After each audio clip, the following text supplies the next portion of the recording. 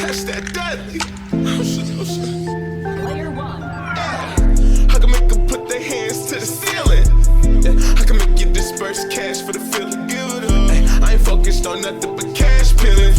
Yeah, these niggas ain't on shit. They need to kill it.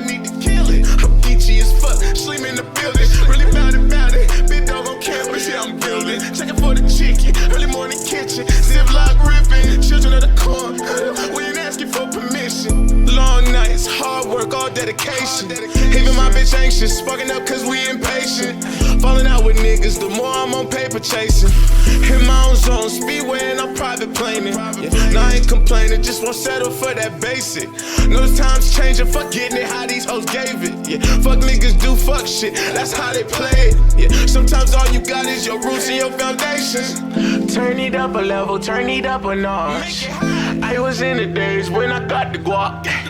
I was with my niggas swerving, bending blocks. 3 in the morning, but the grinding never stops. Turn it up a level, turn it up a notch. I was making plays in the parking lot. I was with my twin, we was ducking cops. Hard to trust the bitch, she gon' get me got. What it do, what's good, what it is, what it ain't. You know, you're now tapped in and tuned in to your boy KM Lucci on the Reactions channel. I appreciate the love that I've been getting, man. You guys is dope as hell. We up at 46 subscribers right now. It is my first week full of doing reaction videos. I'm getting better. The progression is coming because I'm staying down, staying loyal, staying dedicated. So, you know, I won't move off of my brand. I appreciate you guys. And for all the newcomers, go ahead and leave a like, a comment, subscribe, man. Show your boy some love, man. It don't cost nothing but 10 seconds of your life, man. Maybe even 5 if you know what you're doing. You know what I'm saying? But yeah, over here, we got all the livest, latest shit as far as reactions to the newest of the horror movies and the old schools of the horror movies. You know, we over here doing reactions, reviews. I rate them at the end. You know, we burn up to them. And it just really reactions over the wall of anything. If it's viral, I'm gonna react to it anyways. You know what I'm saying? So just yeah, just remember to stay tuned in, tapped in, and then subscribe to your boy. Click that bell so you can see every time I drop some. Today we got a movie. It's called Ghost Stories. It's supposed to be some crazy thriller. I guess the dude, the main character is a guy that makes fake ghost stories and supernatural events up. But then, of course, some real supernatural ghost-like shit happens. And so he basically the kid that cried wolf. We're going to see how this turns out. We're going to see how this go down. This is my first time watching it. I'm experiencing it with you for the first time. We are experiencing it together. So, yeah, go ahead and get your blunts rolled, get your joints twisted. You know what I'm saying? Get your dabs heated up. We about to take a little ride. A famous skeptic who debunks supernatural frauds begins doubting everything after investigating this strange case. Oh, he debunks. Okay, so this is a guy that looks for the fakes in that shit. So he's not a kid that cried wolf. He wants to prove that it's cap. Okay. The film begins with a short but intriguing scene where a bird flies through the air and suddenly crashes into a window. Before the audience can fully process what just happened, the scene immediately shifts to a bar mitzvah celebration, a Jewish religious ceremony that marks the moment. It always be these style fucking home videos. It's some scary shit, dog. Is it a bar mitzvah or is it a satanic cult ritual? You know what I'm saying? Like, fuck. Moment a boy enters adulthood. The boy celebrating this. They don't never be like some regular shit. Like, you know what I'm saying? Why they always gotta be spooky? This type of effect and everything, bro. If you got a girlfriend, if you got a boyfriend, to the females, and to the males, if you got a girlfriend, and their home video, like when they were a baby, they got videos of when they was a baby and shit like that, and the videos look like this, get the fuck away from them. Get out, get away from them, go. They got a hidden secret, and it'll mess you up when you find out about it. I don't know what it is, but these always important milestone is Philip. Spooky J. What should have been a joyful day actually carries a deeper meaning for him, because since childhood, Philip had already felt the powerful religious influence of his father within their household. For Philip, his father's strict devotion to religious beliefs felt more oppressive than comforting, slowly damaging the harmony of their family. One of the memories that stayed with him the most was when his older sister was thrown out of the house simply because she was in a relationship with a man their father believed was not suitable for the family. That childhood experience shaped the way Philip viewed many things in life, including his attitude toward any He wasn't black, but he don't want no darky with his damn daughter. Anyone having sex with my sister, it's gonna be me. anything considered supernatural. As an adult, Philip becomes known as a very skeptical person. He works as a television host who focuses on paranormal phenomena, but not to promote belief in them. Instead, his goal is to expose them as frauds. Through his program, Philip frequently reveals the tricks used by people who claim to possess mystical abilities, earning him a reputation as someone who boldly challenges and debunks supernatural claims. In many ways, his work resembles that of an investigator who attempts to uncover the truth behind mysterious stories that people often believe without question. Besides his complicated religious upbringing, Philip's way of thinking is also heavily influenced by someone he deeply admires, a well-known psychologist named Charles. In one of his studies, Charles demonstrated how experiences often interpreted as supernatural could actually be explained through scientific reasoning. He once examined a woman who claimed she could still hear the voice of a family member who had already passed away. From the beginning of this, I don't really have that much to say. Like it's kind of intriguing, but I'm trying to wait till they get to the meat and potatoes. She possessed. No, she's angry that her husband died. Why do you think the voices come through you, Jean? Daddy sees everything. What the fuck? For the vase, I did that. After careful observation, Charles concluded that the experience was actually an emotional response from someone who had not fully accepted the loss of a loved one. Explanations like this strengthened Philip's belief that many so-called supernatural events actually have far more logical explanations. However, one day something unusual happens. Charles suddenly disappears without leaving any trace. No one knows where he went, and the only clue left behind is his car, found empty, with its door open near his home. Time passes without any He got in too deep on one of his crusades. Okay, it's starting to get juicy. All right, I'm starting to bite into the meat. news about him until one afternoon, Philip receives a letter that completely surprises him. The letter turns out to be from Charles himself. Ooh, talk to me. In it, Charles explains that he is still alive and now living alone in rather poor conditions inside an old caravan located at East Shore number 79. Driven by curiosity, Philip quickly decides to visit the address. They targeted him from the gate. Them videos, wild card. Them videos was never real. That was all bait because he been shitting on their program. I'm gonna say Charles is a part of a group of people that worship a deity, and they don't like this guy because he makes the dark world seem fugazi. I don't know. It's a wild card. I'm throwing it out there. I don't know for real. I just think that there's a group of people attacking him, and Charles was the ambassador. Goodman, this is Charles. Please come to 79 East Shore.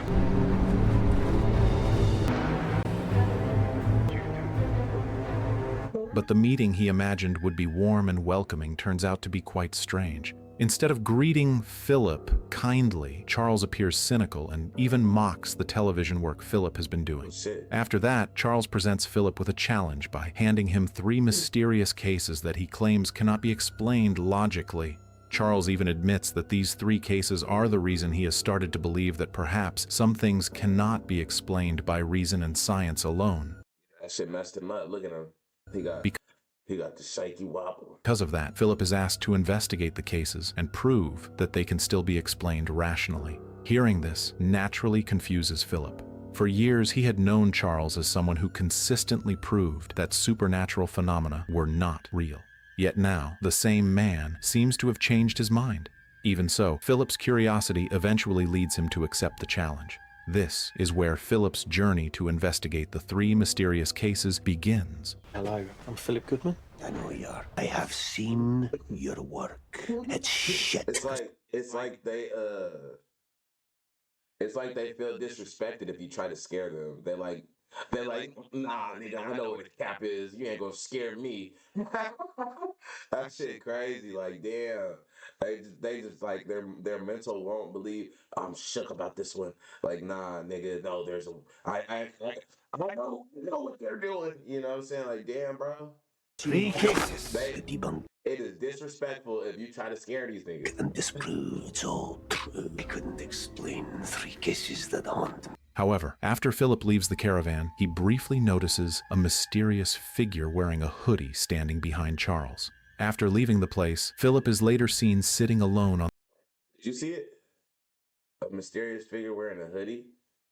standing behind Charles. this? After leaving the place, Philip is later seen sitting alone on the edge of the beach while thinking about everything that has just happened. It is still hard for him to believe that the man he has admired for so long is now admitting the possibility of something supernatural.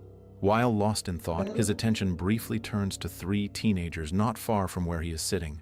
One of them appears to be treating another boy roughly, while the third teenager simply stands there watching without doing anything.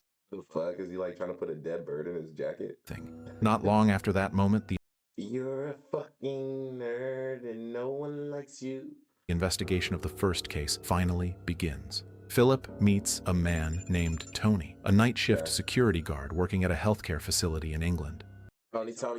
Tony's life has not been easy. His wife died of cancer 23 years ago, and his only daughter has spent the last 5 years lying in a hospital bed due to a rare medical condition known as locked-in syndrome. In that condition, a person appears conscious because their eyes remain open, but almost their entire body cannot move at all. During their meeting, Tony begins telling Philip about a strange experience he once had while working one night. At that time, he was performing his usual duties inside an old psychiatric hospital building. That night, he was working alongside a colleague named Marek, although they were stationed in different buildings. Because the structure was already quite old, power outages happened frequently, including that night when all the lights suddenly went out. Hello? Marek? Tony leaves his That's why I can't do no graveyard, bro.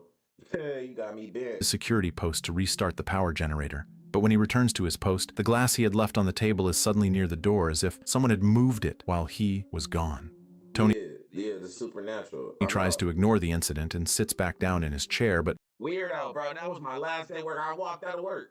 I walked out. Yeah. I'll wait for my last check. I'm not tripping. I will walk the fuck out. What?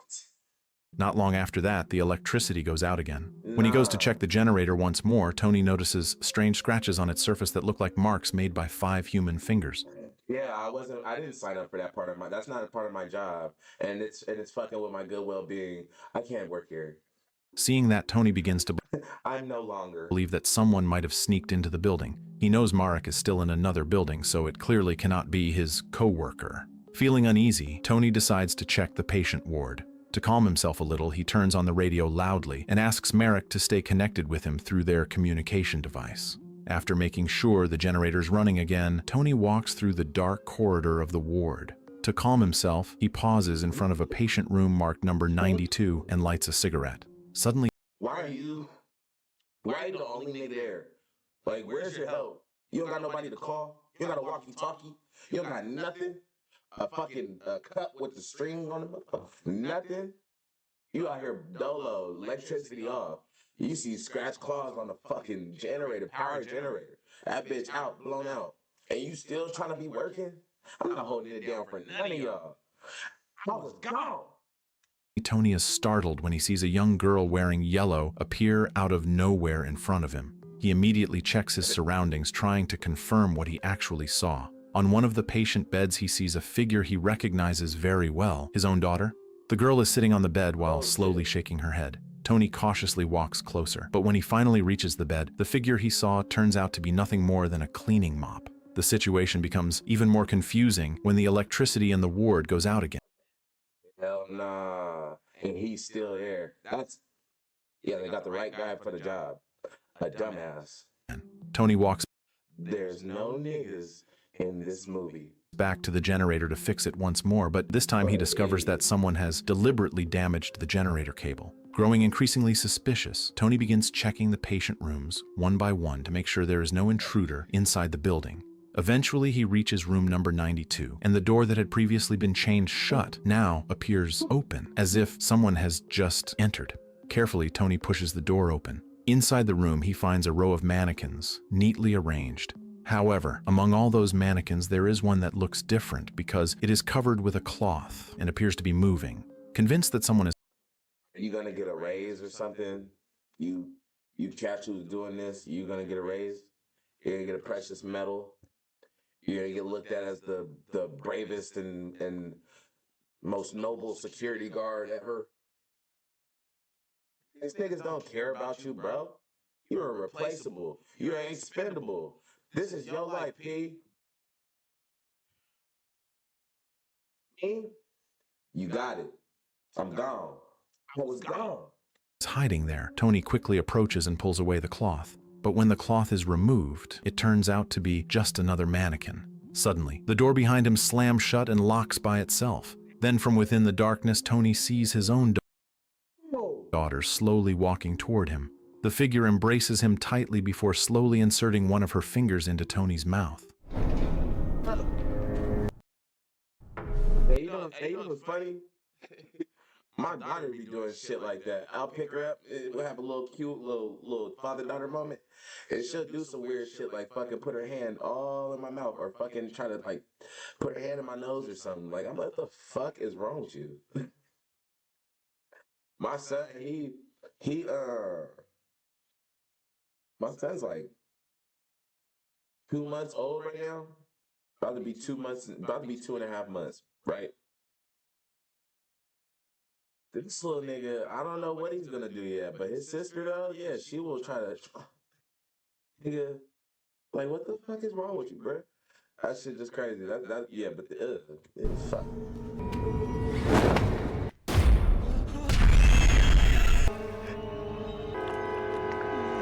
After hearing the story, Philip tries to find another explanation by How'd it taste? visiting a priest at a church who had also heard Tony's story before. The priest explains that since experiencing that strange incident, Tony has become a much more religious person. For the first time in many years, Tony even went to visit his daughter at the hospital where she has been receiving treatment. Something surprising happened during that visit. According to the doctor who was treating her, the daughter's heart rate suddenly increased significantly when Tony stood near her. For Tony, the moment felt like a message, as if his daughter truly wanted to see him after being separated for so long. Hearing this explanation makes Philip reflect on his own life again. Without wasting time, he decides to visit his father, who is now lying ill after suffering a stroke, something Philip rarely did before. Right.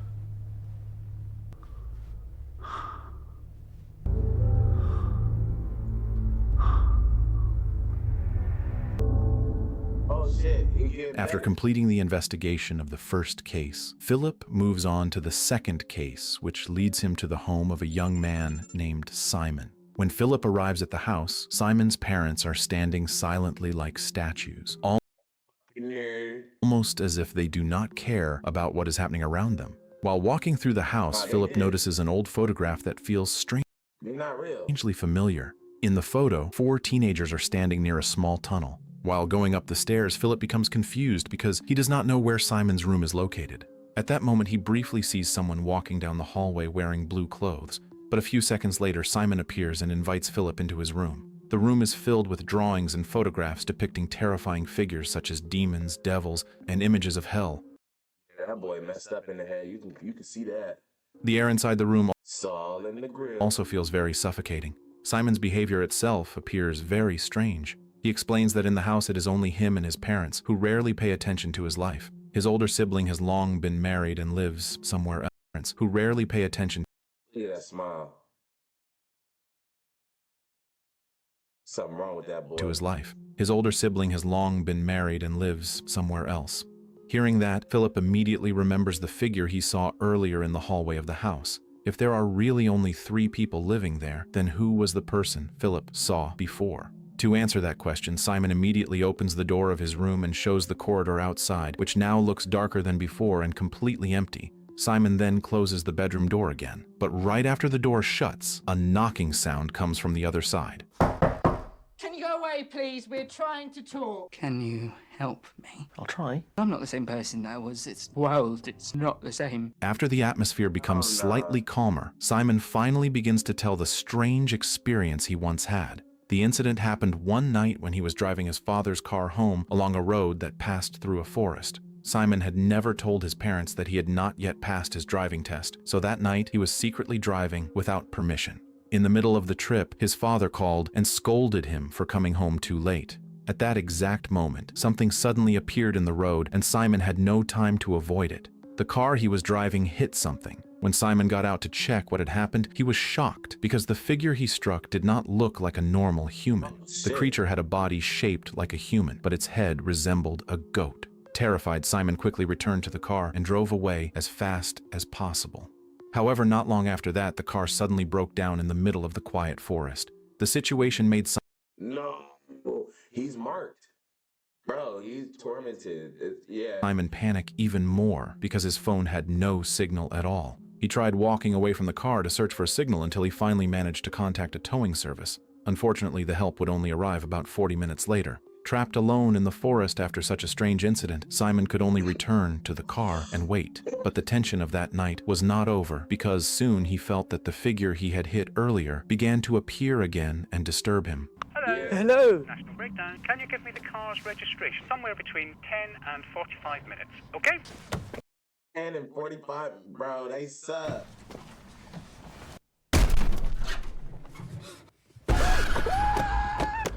Fuck that! Yeah, fuck that. After hearing Simon's story, Bro, he got marked. Philip decides to personally check the location where the incident happened. There, Philip finds a large fallen tree, and when he looks at its roots, their shape briefly resembles the creature Simon had described earlier. He's in there. What if he's However, for Philip, the sight only strengthens his belief that Simon's experience was nothing more than a misperception caused by fear in the dark and silent forest. Wow. You wasn't talking to Simon. He wasn't talking to Simon. He was not talking to Simon. Damn, this is scary. I've now investigated two of your cases quite thoroughly. I understand I'm baffled. all too well, especially when we're tired and emotional. After facing those two cases, Philip still holds firmly to his original belief. For him, the experience of Tony and Simon do not prove the existence of any supernatural force. He believes Tony's experience is simply a reflection of his guilt toward his daughter, whom he rarely visited, while Simon's experience is nothing more than a misunderstanding of the shape of tree roots. In Philip's view, many apparitions that people consider supernatural are actually the result of the human mind being influenced by fear, sadness, or emotional pressure. However, something rather strange happens when Philip is about to leave the place. As he walks back to his car, he briefly sees the reflection of his own shadow in the glass, and it disappears the moment the door opens. The investigation then continues to the third case given by Charles. Marked himself, man. He done marked himself. He next to go. This time, Philip meets a wealthy businessman named Listen with that old nigga Charles. Mike. Mike claims he experienced two strange incidents in his house which he believes are related to a poltergeist phenomenon. Mike begins telling the first experience he had. The incident happened one afternoon when he was at home waiting for news about his wife, who at that time was undergoing a pregnancy examination at the hospital because she had severe bleeding. During that time, he personally saw several objects suddenly being thrown by themselves.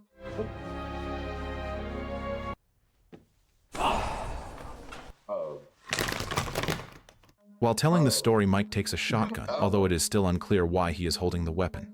After explaining the first incident, Mike continues with the second experience, which he says was far more terrifying. The event happened at night when the atmosphere in his house began to feel increasingly unnatural. If previously he only experienced strange disturbances, such as objects moving by themselves, this time he claims he saw a figure that looked exactly like his wife suddenly appear in front of him. Wow.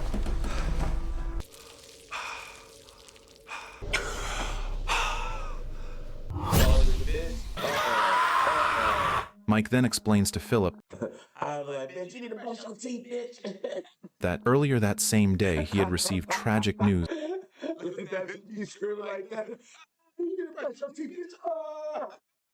From the hospital. His wife did not survive after giving birth to their baby prematurely. The loss became an extremely heavy blow for him. After telling all of this, Look at this bitch teeth, bro. Look at this bitch teeth, bro.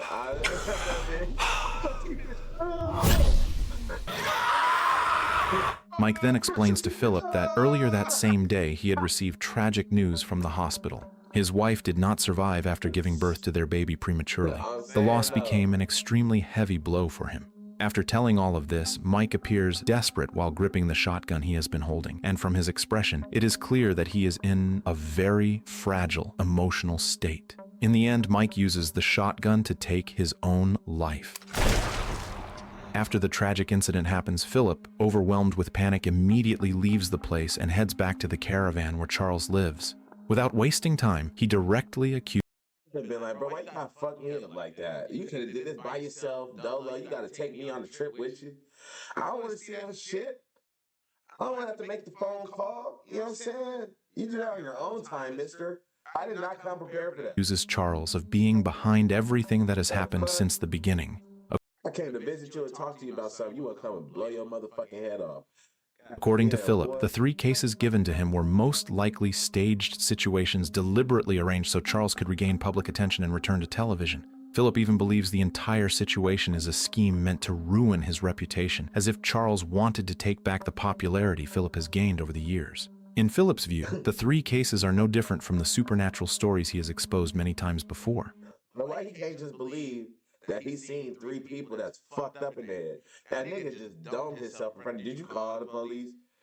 Like, bro, a nigga just domed himself in front of you with a fucking double-barrel shotgun. You think this nigga just sent you there to regain some fame? He was a weird nigga for thinking that. I told you these niggas be getting disrespected. You trying to scare these niggas. Don't you disrespect me. Nigga come at them with a new scary movie just came out. Let's go to the movies and watch it. How dare you? Like, damn, he can't scare me. I can prove it. I'll prove what you're doing is false. Like, damn, I can't fuck with it. All of those strange events, according to him, are I am not Scooby-Doo in the gang. I'm with the... oh, shit.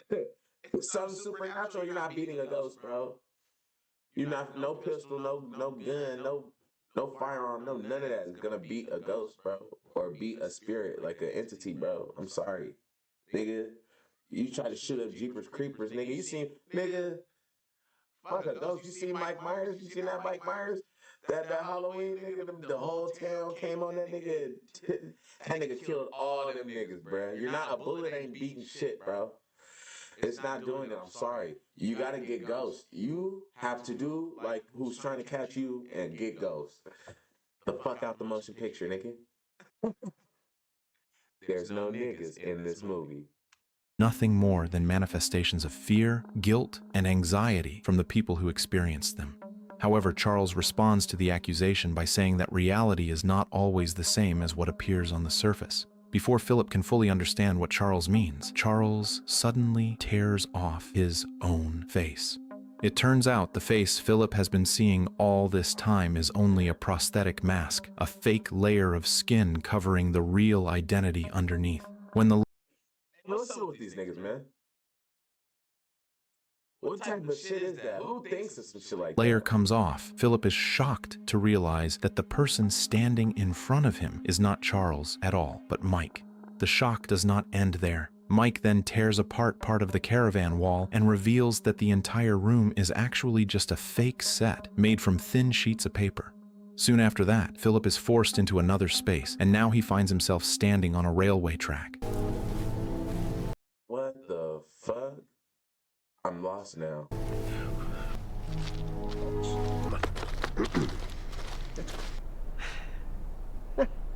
Mike begins pressuring Philip with a question, forcing him to explain the meaning behind a sequence of numbers that seem random. 6, 79, 19, 11, 92, and 20. When Philip hears those numbers, his expression immediately changes. He is confused about how Mike could possibly know them, because the events connected to those numbers come from Philip's school days, and Mike never attended the same school as him. Mike then tries to drag Philip into a forest area that looks very similar to the location.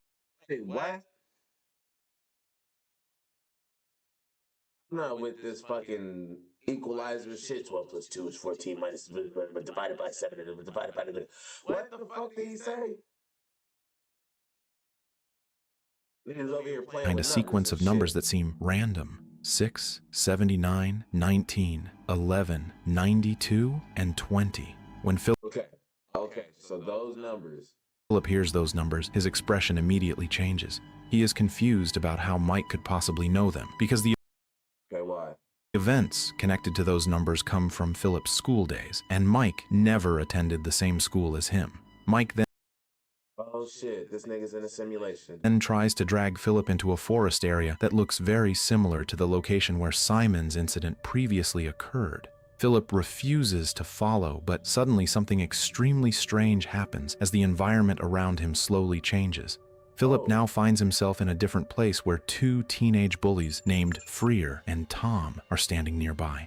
Close to them is a small tunnel with the number 81 written on its wall. At the same time, Philip He's seen them. Yo, that bird, that's crazy. realizes that he has also changed back into a teenager, complete with the school uniform he once wore during those He's living in a simulation. years. Without hesitation, Freer and Tom immediately begin treating him roughly just like they used to in the past. He was that little boy that they was fucking with. Oh shit, that's Soon crazy. another boy arrives named Callahan, a teenager with autism who always wears a hoodie jacket. Freer and Tom then start playing a cruel game with Callahan by ordering him to crawl into the narrow tunnel. They tell him that inside the tunnel there are 10 numbers written along the walls that he must find and read one by one. If Callahan manages to find all of them, they promise that he will be accepted into their group. Hearing that promise, the innocent Callahan looks very happy and immediately obeys their instructions. Philip, still in his teenage form, actually tries to warn Callahan that it is all just a trick, but his warning is ignored. Callahan continues crawling into the tunnel and begins reading the numbers he finds along the narrow walls. Want to be in our gang? Can I? Yeah, of course you can, mate. You see that? On the side of the Echo. What number is it? 6. Bro, you're a weirdo. He's a weirdo, bro. Any type of, he gets bullied at home. Like, bro, he's a bitch in real life. You know what I'm saying? Anybody, like, finding a way to bully or you know what I'm saying, take advantage of, like, a special ed kid or something like that, you're a bitch in real life, bro. You know what I'm saying? I put these paws on you, my nigga. Teach you a lesson or two. You're a bitch in real life, bro. You know what I'm saying? We don't do those. You know what I'm saying? That's out. Message. Now, you got to look carefully, because some of them are quite far apart, yeah? Until you find all 10 of the numbers, and then remember, if you tell me the correct number, you can be in our gang. Callahan, the answer. Just need to remember the 10th one. Yeah. I'll start now. No, hang on. You're going to need this. What? What makes the situation even stranger is that the numbers he reads are exactly the same sequence mentioned earlier by Mike. However, a much crueler truth is soon I told you that. revealed. Freer had been lying from the very beginning, because inside the tunnel, there are actually only 9 numbers. The 10th number they promised never existed. Callahan, who begins struggling to breathe because of his asthma, is still forced by Freer to crawl deeper into the tunnel in search of a number that is not there. The further he goes, the narrower the tunnel becomes, making it harder and harder for him to move. Eventually, unable to breathe properly, Callahan collapses and dies inside the tunnel. Seeing what has happened, Freer and Tom immediately run away in fear of being discovered. Philip, who at that time is still a teenager, also panics. He calls out Callahan's name several times, but it is already too late because the boy has died inside the narrow tunnel. After that scene ends, Philip returns to his present form. Standing in front of him is Mike, who says that Philip should have helped Callahan back then, or at least tried to get help from someone else to pull his body out of the tunnel. Instead, Philip, overwhelmed with fear, at that time chose to run away and abandon Callahan.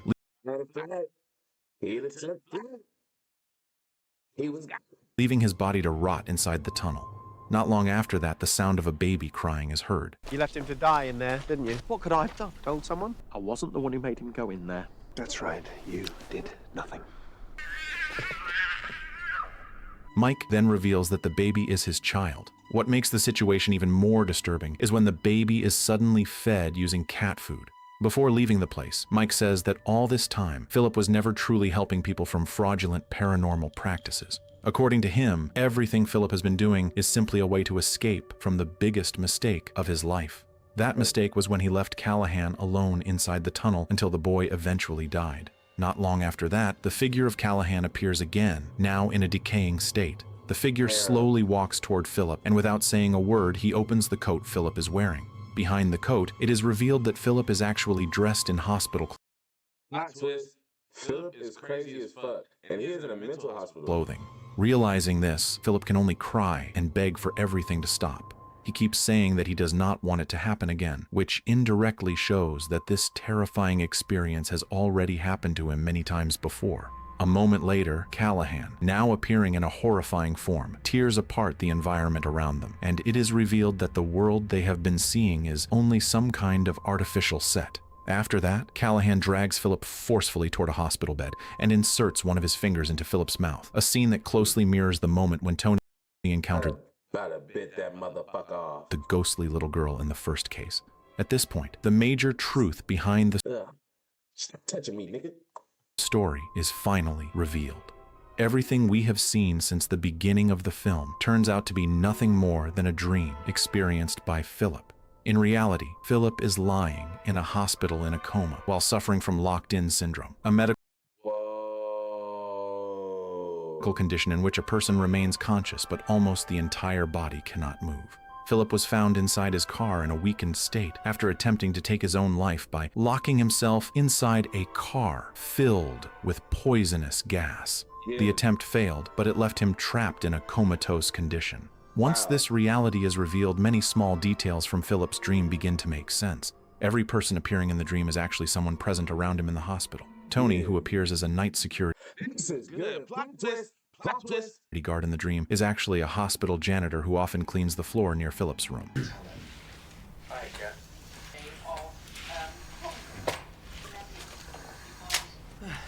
Simon is actually a young doctor working at the hospital. Mike is the senior doctor responsible for Philip's treatment, while Charles is Mike's professor or mentor. Many small elements within Philip's dream world actually originate from things happening in the real world around him. For example, when Mike in the dream says that shooting oneself in the head is a more effective way to end life than using gas inside a car, it reflects Philip's It was his. That's crazy. real suicide attempt using gas in his vehicle. The scene of Mike holding a shotgun in the dream becomes a symbolic representation of that idea. The same applies to Simon repeatedly receiving calls from his parents while working, or Tony cleaning the hospital floor while placing a mirror near Philip's face so that his reflection can be seen in the window of the room, all of which appear as details inside Philip's dream. Even though his body is paralyzed, Philip can still faintly see and perceive some of what happens around him. The same pattern appears in many other objects within Philip's dream. Everything he sees in that dream world actually comes from fragments of reality around him. A yellow doll sitting on a hospital chair transforms into the ghostly little girl in his dream. The oxygen tube placed on his face is imagined as a finger being inserted into his mouth. When examined more closely, the three cases Philip experiences in the dream are actually reflections of the guilt he has been carrying for years. The first case represents his regret for not spending enough time with his sick father. The second case represents his guilt for never telling anyone about Callahan's death in the past. This is symbolized through Simon's story about hiding the truth of his failed driving test, along with his parents who appear cold and indifferent, mirroring Philip's own relationship with his family. Meanwhile, the third case reflects Philip's deep loneliness because he spent most of his life focusing on his career until he eventually felt that his life was empty without family or close relationships. In the end, every frightening event throughout the film is simply a nightmare formed from trauma, guilt, and regret that have haunted Philip for years. Philip's body cannot move at all, yet his eyes remain open, as if he is still aware and able to see what is happening around him. His mind then processes the sounds, conversations, and objects around him into a series of dreams. And the most horrifying part of it all is the fact that within the dream, Philip becomes terrified when he feels the dream is about to end. Because for Philip, the end of the dream means he must return to the painful reality where he is trapped inside a body that cannot move. This means that until he truly wakes up from his coma, Philip will remain trapped inside that dream world, reliving those events over and over again without end, until one day he finally manages to wake up from the condition and the story comes to an end. Nigga, that shit crazy. I ain't gonna lie, that shit crazy. That one had me. Wow. Plot twist, plot twist, plot twist. My wild card was wrong. But damn, bro. I'm gonna rate that one right there a 9 out of 10. I'm gonna give that one a 9 out of 10, bro. Straight up, straight up. It was epic. It was nice. It was cool. It was just the beginning was a little bit slow to come into, but once you broke down into it, yeah, it was kind of like that one movie with Leonardo da Vinci, Leonardo da Vinci, Leonardo DiCaprio. What was it called? Shutter Island. Yeah, that's what it kind of hit like Shutter Island, bro. With that plot twist at the end, bro, just over there. That's. I think that shit was crazy as hell. Yeah, 9 out of 10 for sure. I would recommend, highly recommend to go see that. Ghost Stories. That shit is hard. I would have never guessed none of that. Like I said, the wild card was wrong, but damn, bro. Yeah, man. I mean, shit. I got another video I'm gonna do later on today too. Hopefully, I can find a good plot twist like that. You know, some pretty epic to watch like that too. So y'all just stay tuned in, tapped in, and make sure that if you're new, to subscribe to your boy and show me that love, man. Don't be scared to hit that button, man. Just subscribe, dog.